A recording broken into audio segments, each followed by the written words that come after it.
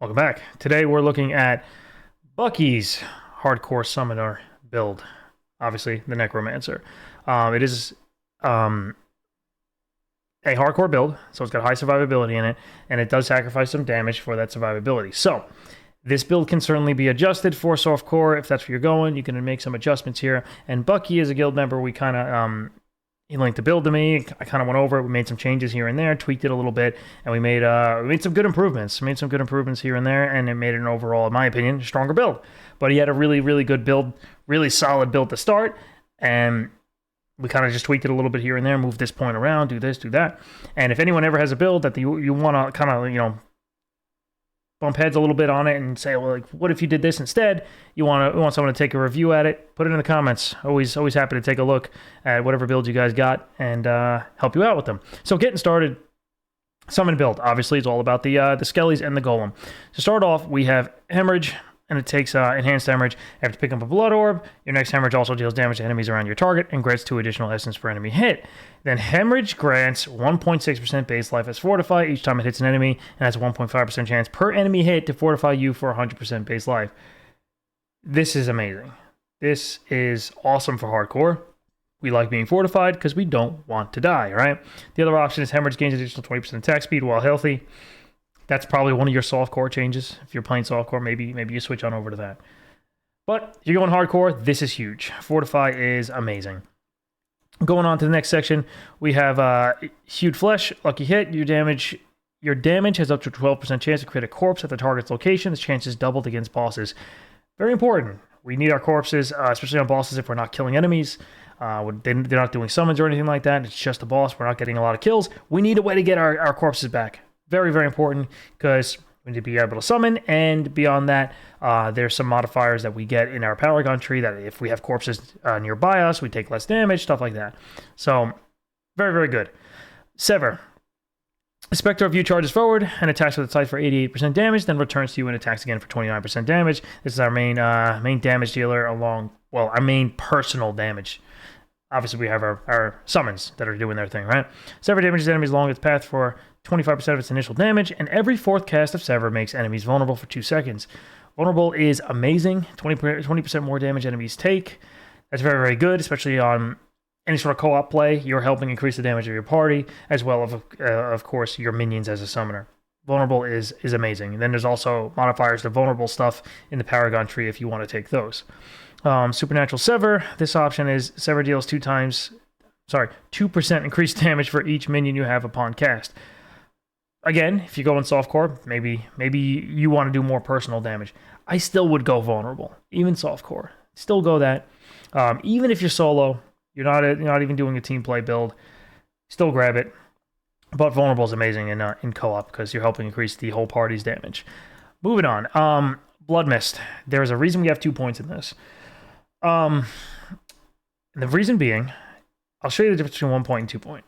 It's only a 0.9 seconds decrease in cooldown. Very, very important because it makes you immune to damage. It heals you, and it does something else, what we're going to get to right now. Casting a skill that overpowers reduces the cooldown of Blood Mist by 2 seconds. So there are cooldown reducing things beyond putting an extra point in it. And then Blood Mist fortifies you. Another method to gain fortify in our build. Very, very important. We got to stay fortified. Otherwise, we risk taking a lot more damage and potentially losing our hardcore character. So 4.5% base life each time it hits an enemy. So reducing the cooldown of that means we can use it more often, obviously. And I'll show you one thing real quick.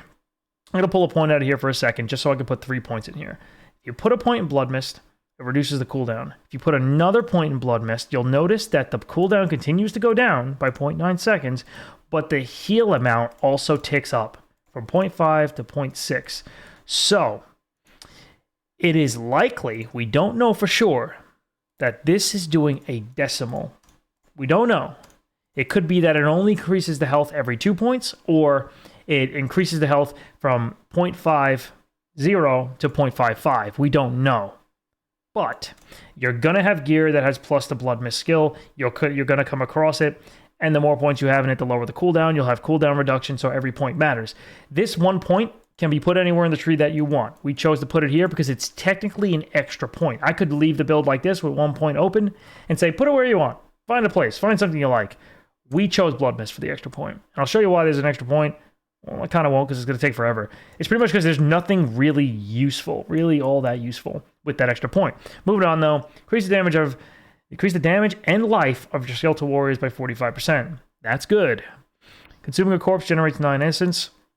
That's optional. You can do something else with that if you want, but it is good. You're going to be consuming corpses, and that'll help you use more abilities. Close enemies take 6% more damage from you and deal 9% less damage to you. Please grab that. That's good for softcore and hardcore. Increase the damage and life of your skeletal mages by 60%. So very similar to this one, but it's 60%. Helps them stay alive. This section's great. This is a good one. While below 50% life, you receive 30% more healing from all sources. Very good. While healthy, your blood skills deal 6% increased damage. We only put that in because we wanted to get this. Hitting enemies with blood skills has up to a 25% chance to fortify you for 8% base life. More fortify.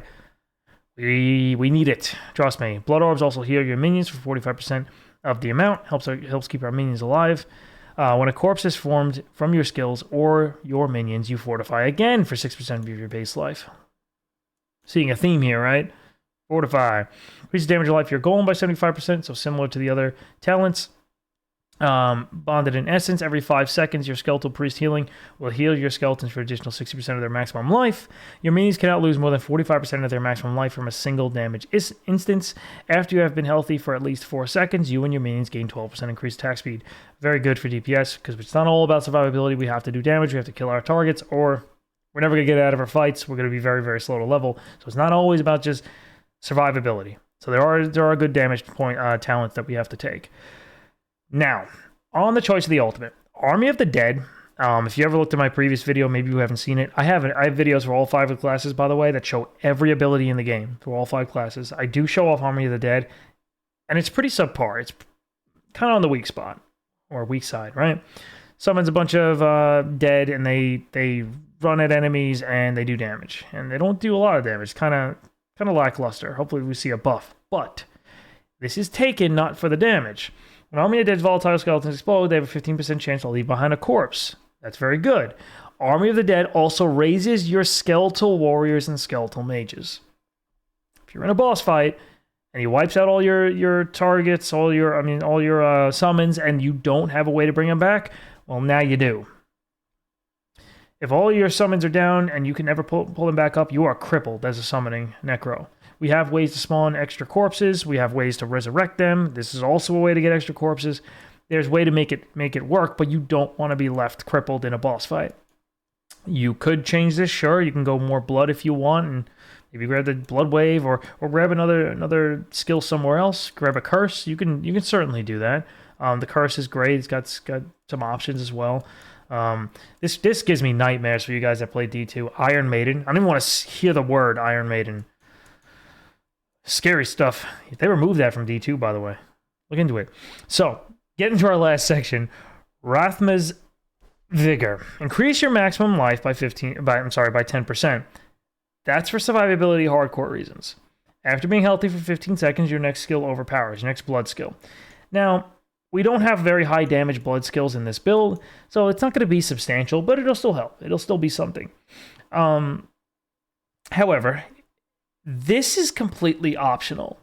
Personally, I'm kind of torn between them. After you have not taken damage in the last 3 seconds, your minions gain 15% attack speed. While you have at least 7 minions, which you will, 3 skeletons, 3 skeletal mages, and a golem, this bonus is doubled. So they'll get 30% attack speed. That's a big damage buff when you have 7 minions getting 30% attack speed. Choose which one you like. Choose which one you like. You're scared a little bit. You're like, I'm 50 hours into this character. Maybe I'm going to get hit for 95% of my life, and this extra 10% will save my life. If that's how your mind works, but it works for that's what I think all the time. It's always how I think in terms of survivability. That's big. 10% max life, especially while leveling, like before you even hit the Paragon tree. That's a big talent there. Completely up to you. You can absolutely go this talent. It's not wrong in any way. In fact, it might be highly preferred in some situations. At some points in the game, they pick that up. Enemies are taking too long to kill, and elites are alive too long, and they're just whooping you. You might want to get it, honestly. You might want to, just to make sure you can take them down quick enough, especially if you're playing in a solo setting. You're by yourself. That's probably even better. The attack speed for minions. Moving on, though. Paragon tree. I'm not going to go over every single node, but I'm going to tell you the mindset on what was picked, why it was picked, and why we took the directions we took. Or Bucky honestly did it, and then I just helped tweak it. So I'm not going to take credit for this. Bucky's a guild member. Skill player, definitely did a good job making this build. But let me just say, I think I've said this a couple times in all my builds. Every single build, every single class, no matter what your build is, no matter what class you are, you should be taking both sides at the start. You should be taking both of these. They are incredible.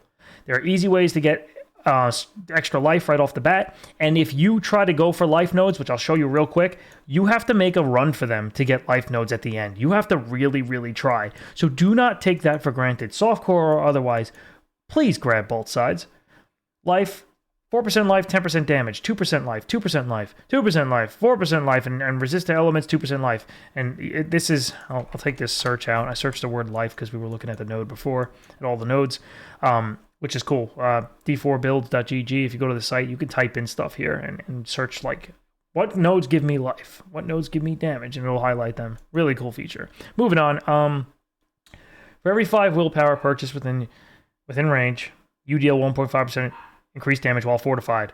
And you gain up to 10% damage reduction the more fortify you have. How many times did I say fortify during the skills when we were looking at them? There are so many ways to get fortified in this build that you will almost certainly be max fortify at all times. This is an amazing glyph and is absolutely the glyph I would start with. Very, very important. Make sure you grab this glyph. You don't have to do it right away, but it absolutely should be in your build. It should be one of your glyphs. Damage, intelligence, armor, very good. Armor scales quite well. We move up, we shoot over to the left. We have another glyph. 10% damage reduction against close enemies. We also have a passive talent in the skill tree that does something similar. They work together, they work in tandem. Extra damage while we're fortified. More healing received. Intelligence, can't go wrong there. We don't grab this legendary node. You could grab this if you want. In my opinion, it's a waste of points because, yes, we do have a guaranteed overpower. What this does, attacks that are guaranteed to overpower deal 50% increased overpower damage. We do have a way to guarantee overpower. That is to take what we were just talking about. That is to take this. It'll guarantee an overpower with a blood skill. But our blood skills are weak in this build. We're more about summons, right? Not a huge ability. Not a huge legendary node. I would not take it in this build. Damage over time reduction, resistance. Just to name the board, the first board we used is Bloodbath. And then we jump over into the Blood Begets Blood tree, which has more life in it. Life, Blood Orb healing, which is amazing. Can't go wrong there. Overpower damage, because we are going to have overpower. Again, the damage isn't going to be great, but we're going to have it. 10% damage for X seconds after picking up a Blood Orb. That's cool. You can get another 10% if you hit the dexterity requirement, which we will once we have all the gear equipped and such. You'll get enough stats increase to activate that. Golems gain 25% increased max life, and for every 5 willpower, golems gain 4% increased damage. There's a fair amount of willpower in this section too. More blood orb healing definitely helps keep you alive in boss fights. Jetting down here, we drop into the bone graft section of the build of the Paragon board, and we picked up the resistances. Just all elements, 10 to intelligence, and we have another glyph that we picked up. Critical strikes deal 22% increased damage to enemies that are not healthy. Help you finish off enemies. And that's not just injured enemies. It's enemies that are not healthy. So as soon as they lose a little bit of health, they are considered not healthy. They're no longer in the healthy range. So that's going to be active a lot. So you're going to start hitting really, really hard with crit strikes. And this, of course, makes every 5 dexterity core skills deal 4% increased crit strike damage, and we will definitely have crit in the build and our gear. And then we jump into more life, which is, again, amazing for hardcore. We jump into Scent of Death. We have potion healing, crit strike damage.